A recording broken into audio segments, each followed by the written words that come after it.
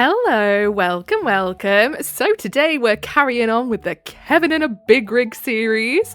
I have my coffee, probably gonna need it. I'm bloody knackered today. You know when you wake up and you feel more tired than when you went to sleep? It's one of them days. So I feel we're going to need the caffeinated energy. But yeah, if that sounds like something you'd be interested in listening to, then please do stick around and enjoy. And don't forget to like and subscribe, please. Thank you. Okay, so this one is Kevin in a Big Rig Part 4. First Kevin gets lost, OP gets an idea. Hello everyone and welcome back to yet another installment of the series Kevin in a Big Rig. Once again, I'd like to thank everyone who has read my previous episodes and shown more interest and support than I could have hoped for. I know a lot of you have been asking questions about how first Kevin, FK, got away with his stupidity and why I didn't do anything about it.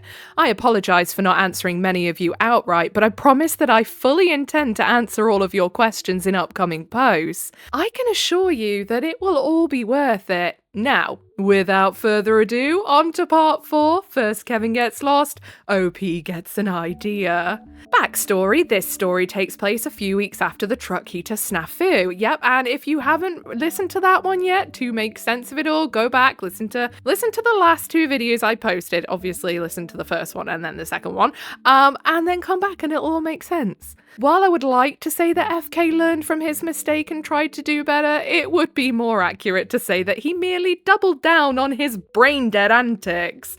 In the interim, his driving skills plateaued at noob level, his navigation ability was at potato, and his superiority complex had gone from annoying to insufferable. Fantastic. Despite everything, I was still very much a rookie driver, a peon in a very big company, and most importantly, more broke than MC Hammer. I was afraid that doing anything to rock the boat with management would lead to me being fired, in further debt, and my truck driving career at an end. Yeah, I do get that, honestly, I really do. I know it's easy for other people to say, why didn't you do anything about it? But when you're like, well, because I'm skint and I was worried about losing my job, I do understand. To add some perspective to my situation, during this, I should mention more about the contract I had in place with the company at the time. In exchange for free training, I had agreed to work for the company for 8 months. If I quit or was terminated for any reason before the contract was fulfilled, I would be liable for over $6,000 in tuition fees. Yikes. Furthermore, since the company owned the training facility at which I trained, they could refuse to release my CDL school records to any prospective employers unless they bought the contract. Since most reputable employers required proof of completion of a CDL school and were unwilling to take such an investment in a relatively inexperienced driver, I was stuck and pretty much at their mercy. This is the dark truth that many super carriers such as Swift, Werner and CRST will not tell you when they promise you a rewarding career and free training. In short, I was pretty much powerless, but that was about to change, and in some strange way, I have AFK to thank for that. The morning on which this story takes place started out like pretty much every other day for the past 2 months. FK finished his shift and me waking up to see what kind of fresh hell of a mess I had to sort out. The day before, we had picked up a load in Pennsylvania with me doing the initial pickup. I had gotten us just across the state line in Ohio before going off duty. Just before picking up said load, I had filled the fuel tanks completely and burned maybe 1/4 of the tank before going off duty. The next fuel stop was in less than 400 miles. We had more than enough fuel to get there. Again, FK had ended his shift with no clue where we were. No surprise there. Ah, you mean his notebook's not working very well? Shocker! A quick look out the window. Oh, we're on the shoulder of a highway. What a completely unexpected and unprecedented development. Yawn. Fine, let's get this over with. By this point, I had already purchased my own truck-enabled GPS. FK apparently upset that I didn't recognise his obvious superior ability, had thrown a tantrum and demanded I no longer use his GPS because he would work out the route. Yeah, Right. He gets out the driver's seat and, like the petulant man-child he was, he took his GPS from the mount. A trick I learned from my trainer was when using a GPS was to enter the departure and destination and then add each assigned fuel stop in order as waypoints in the route. This forced the GPS to stay on the company route 90% of the time. Also, our fuel payment cards would only work at the assigned fuel stop, so it made life easier just to follow it. Having to get fuel elsewhere needed a valid reason, assistance from dispatch, and often carried a lecture about the importance of the company-assigned route. I had tried to teach this trick to FK, but because he had so much more experience than I did, a full month, he felt he didn't need to listen to me. I set up my GPS and hit the current location function. This, of course, as routine, as FK never had any clue where we were. I had already familiarised myself with the route and knew which highways, towns and cities I could use to help get my bearings. This time, however, I was completely stumped. I had expected that FK would have gotten at least as halfway into Illinois before the GPS had us in some small town in Indiana. Also, it wasn't a town I had seen on either GPS route or the paper map I routinely used to verify the GPS. Okay, that was odd. I look again at the GPS for a highway number or street name. Again, nothing it showed me made any sense. I go back to the navigation page where it showed the distance to the next checkpoint, which would have been our next fuel stop. This didn't make sense either, as it was close to 500 miles to go. To the first fuel stop, not the second. It had to be a mistake, I think, since there was no way to be further from the fuel stop than when I went off duty. Was there? I sit in the driver's seat for about 5 minutes trying to make sense of what the GPS is telling me. I had almost convinced myself that the GPS didn't log us reaching the fuel stop and was trying to backtrack. I was about to force it to reroute to the second fuel stop when I, by chance, happened to check the fuel gauge, and my bottom jaw hit the floorboard. Where once the needle had been just above 3/4 the line, it was now showing less than 1/4 of a tank. By my estimates, that was good for about 100 miles safely. Something was very, very wrong. FK, where the hell are we? I asked, knowing it was in vain. I dunno, he replied testily. He had been growing more indignant ever since the heater fiasco. Did you get to the first fuel stop?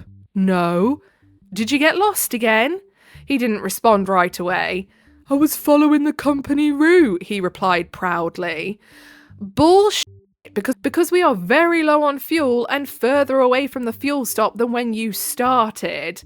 He looked stunned. Apparently, he hadn't realised that fact. I turn back to my GPS and take a look at the map, and everything became clear. We were way off course, about 300 miles from the interstate we were supposed to be on. I didn't know how, but we were well and truly lost. Lost, low on fuel, in the Midwest, and well into wintertime. Fuck my life. I decided to abandon getting back on the assigned route. FK had wasted his entire shift with his unplanned detour, and I didn't want to make the situation even worse. I tell the GPS to search for nearby truck stops. It takes a few moments, but the patron saint of truckers has not abandoned me. There was a Flying J truck stop less than 20 miles away. I tell the GPS to take me there and send an urgent message to dispatch. I tell them we need our fuel card unlocked for that location and we are dangerously low on fuel. To my surprise, FK did not like this idea. We have to stick to the company route. If we run out of fuel, it's the company's fault. I mean, yeah, but then you're stuck out in the middle of winter in this truck freezing your ass off, FK. Like, have some brain cells. Well, I mean, I think we have gathered he does not own any, but still. Company route, I scoff. You got us lost again. You have no idea where we are. Again. I have to spend half my day correcting your fuck-ups. Again. Right now, the company route doesn't mean a damn thing because I have no clue where we are. What I do know is we need fuel And now, FK starts sulking. Well, if we get in trouble, it's on you. Fine by me, I reply, and get us going. My reasoning is that if I run out of fuel at a truck stop after requesting the fuel cards open, dispatch would have to explain why they didn't allow it. Running a semi out of fuel requires very expensive emergency road service. However, if I run out of fuel while going down the highway, I'll have to explain to dispatch, the safety department, and the highway patrol as to why I couldn't read a fuel gauge. I voted to minimise my responsibility and at least get somewhere where is available. The last thing I wanted to do was repeat what happened in that dealership parking lot. About half an hour later, we get to the truck stop. It's early morning, so several other trucks are already refueling and we have to wait in line. I check the computer and to my surprise, dispatch approved the fuel purchase, but was concerned as to how we got so off course. I reply that I just came on duty and FK was the one who got lost. Again! I didn't expect anything of this since the night shift dispatchers didn't handle things like employee discipline or service records. When the time comes, I top off the tank's almost 150 gallons of diesel and try to figure out what I can do to get us back on track. After driving about 5 hours, I finally got us back on course and decide to take my legally required break. As I go to put myself off duty, I notice an important message has come from dispatch. It's from my fleet manager. I'll call her FM for short. Roughly equivalent to a supervisor. Call me ASAP was all it said. And that's when you know your gut drops into your butt. Like, it's when someone goes, oh, we need to have a talk later. Okay, well, you better tell me at least the footnotes of what it's about, because otherwise I'm going to worry about this all day. Actually, thank you very much. So, yeah, please don't do that. Oh, great, I say. I take my phone, step out of the truck, and make the call. What are you two doing? How did you end up so far off route? Did you follow the route we gave you? What do you mean, FM? Well, FK says, you've been ignoring the company routes. That's why you've been getting lost. That explains it. FK, the little weasel, sent her a text message with some made-up story. My blood started to boil. FM, first of all, I have no clue what happened. When I finished my shift yesterday afternoon, everything was fine. We were on course and had plenty of fuel.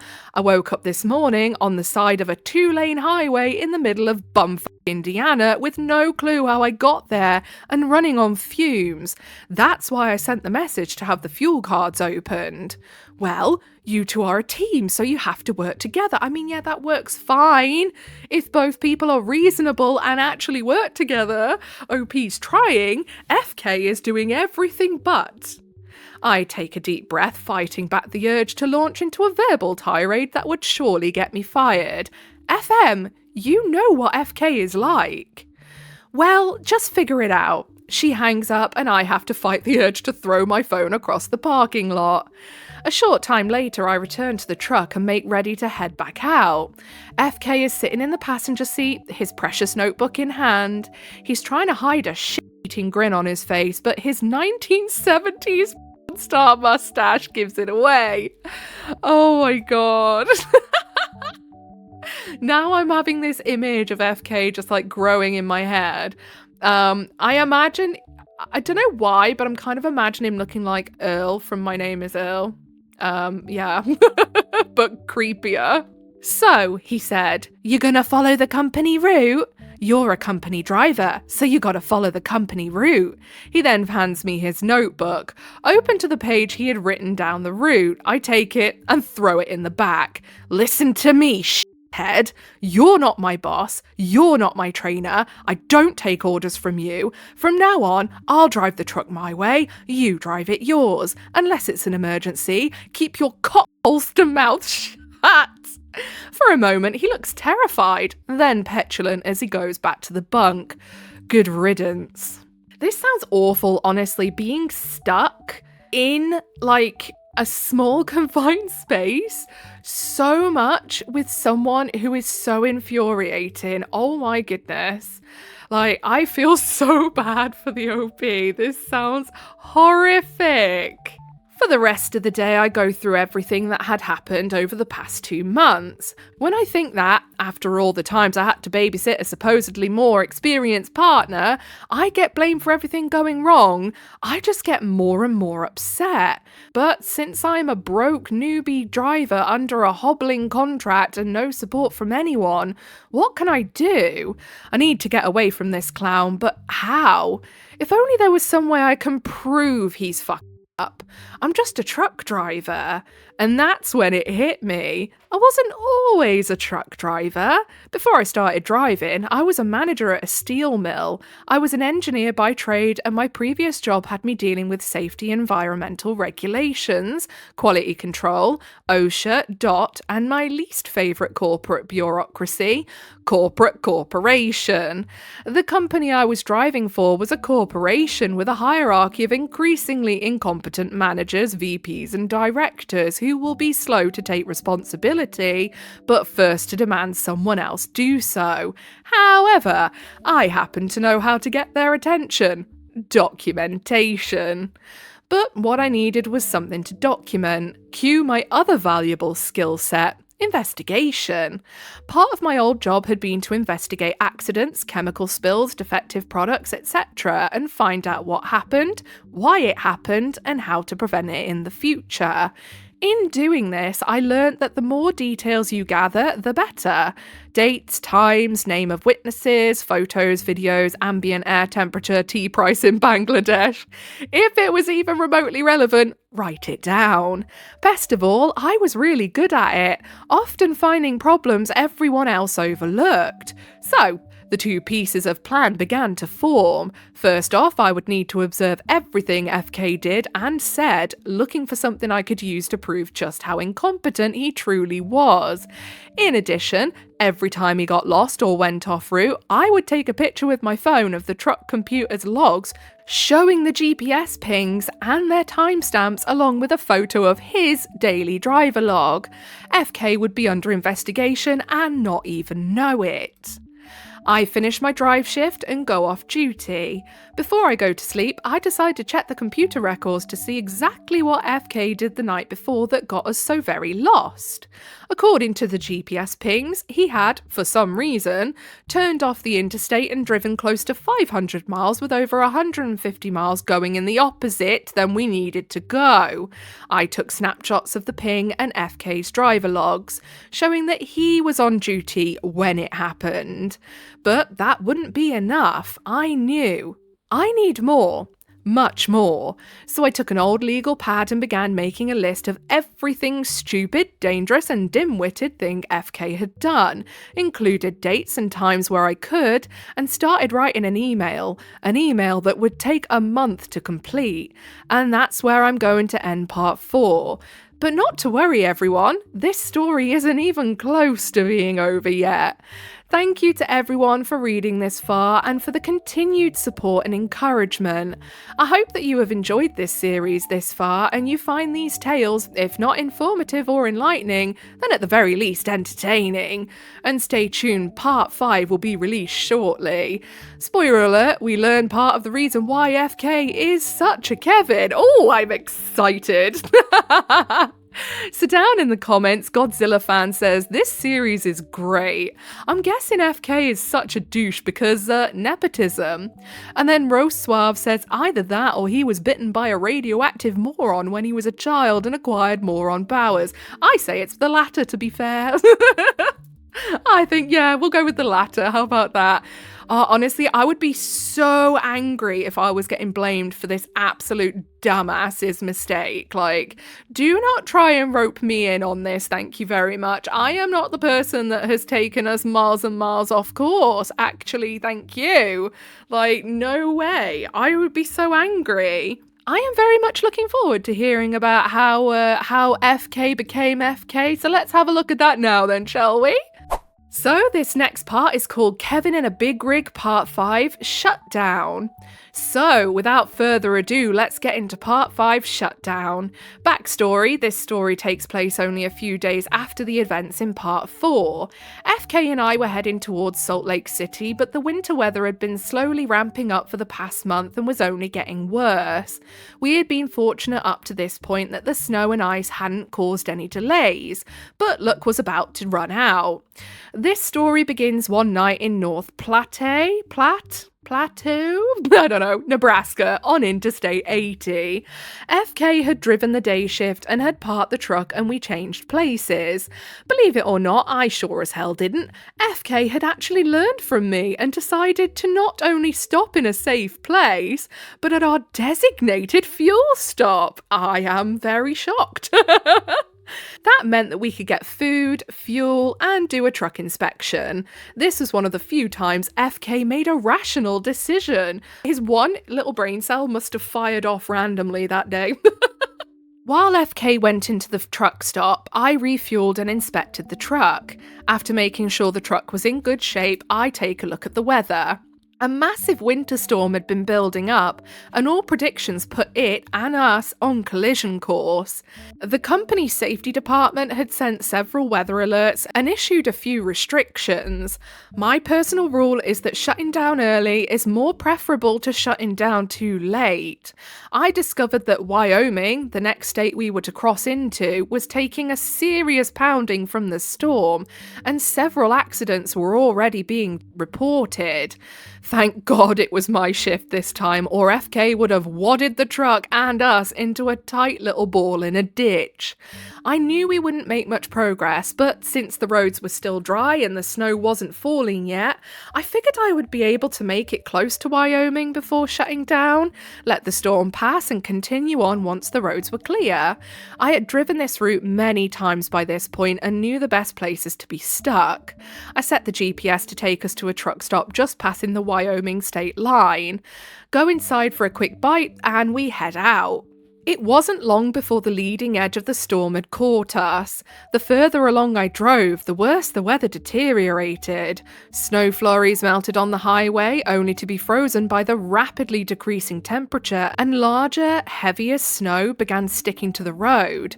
In typical fashion for the safety department, their weather alerts were about 2 hours behind, and where they had issued orders to slow down or shut down were for areas well inside the storm. According to them, we could drive the speed limit and they wouldn't say anything. Fortunately, I knew better than to trust the judgment of someone nearly 1,000 miles away about the weather I was looking at through the windshield. I had made it about 100 miles when conditions forced my hand. I had already had to reduce the speed to barely creeping, and the road was invisible beneath the snow. After watching another truck who was driving way too fast lose control and end up in the ditch, I made the call to shut down. I pull into a rather large stop not far from Wyoming state line. By this point, the snow was so deep, the trailer bumper was acting like a snowplow and the tyres were having trouble gaining traction. I finally get the truck parked and tell dispatch we're shut down. As I set the truck's idle control system, FK wakes up and asks, "Are we still in Indiana?" In case you're not familiar with US geography, I am not. Indiana is a very long way from Wyoming. We hadn't been there for days. We're in Big Spring and we're shut down. We're gonna be here for a while, I tell him. Did safety tell us to? I made the call. It's gotten pretty bad. He mumbles that he will get us going once his 10-hour break is up, but I know safety will issue a shutdown, albeit later than it should be.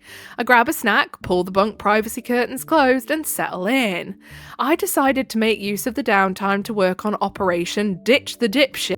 For the past couple of days, I had been writing down everything I could remember since day one with FK. I jot down everything major and minor, along with dates, times, and locations. Every missed turn, unnecessary detour, and violation FK had made goes on the list. My plan was to copy it all to email, but I wanted to make sure nothing was left out. While FK was asleep, I decide to go through the truck's computer records. I start by going through FK's hours of service log. This is a legally required record that shows what a driver does every single day. Since drivers can only drive a set number of hours per day, any violation would show on the log. Best of all, these computer logs couldn't be tampered with. Every time he drove longer than he should have, I made note. The computer also keeps a record of abnormal truck activities. One of these is called a hard braking event. A hard braking event is, as the name suggests, is an instance where the truck experiences excessive braking. Remember how I said FK was heavy on the brakes? Well, the computer agreed. There were dozens, if not hundreds of these records filed during his drive shifts. To be clear, it takes a very hard brake check to trip on one of these events. I use my phone to snap a quick photo of the computer screen, I make my notes and climb into my bunk for the rest of the night. The next morning I wake up and go to the front of the cab and check the computer for messages. As I predicted, safety had issued a mandatory shutdown for all trucks in our area. Just as well, otherwise I'd have to duct tape FK to his bunk to keep him from trying to leave. The storm was still dumping snow and the paved parking lot of the truck stop is packed full of trucks and the interstate visible from our parking spot is dead quiet. No one was going anywhere. Despite this, I breathe a sigh of relief. FK might be stupid, but his sycophant attitude meant he wouldn't dare defy the company. We were safe for the time being. FK wakes up a little while later. "Are we still in Illinois?" he asks. Oh my goodness, is he actually okay? "No," I reply cautiously. "We're in Nebraska, close to Wyoming. Safety has shut us down." "Oh," he replies and goes back to the bunk. It was then that I knew something about FK was off, more so than I thought. Twice in less than 12 hours, he has forgotten where we are. Indiana and Illinois are behind us by a few days at this point. There's no way he could be that confused. I try to put it out of my mind for the time being and decide to brave the weather in the interest of breakfast. I grab some food and a coffee and check weather conditions to the west. Wyoming DOT had shut down the entire interstate and over 200 accidents had been reported in the past 24 hours. I talked to a few drivers who had come in from the west and their accounts match the reports.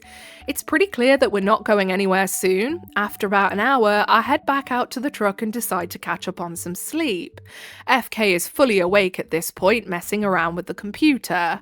As I climb inside, he asks, "Are we still in Illinois?" What? He still doesn't know where we are? "No," I explain. "We're in Nebraska. We got here last night and haven't been in Illinois for 3 days. You don't remember?" This was the question that answered far more than I thought.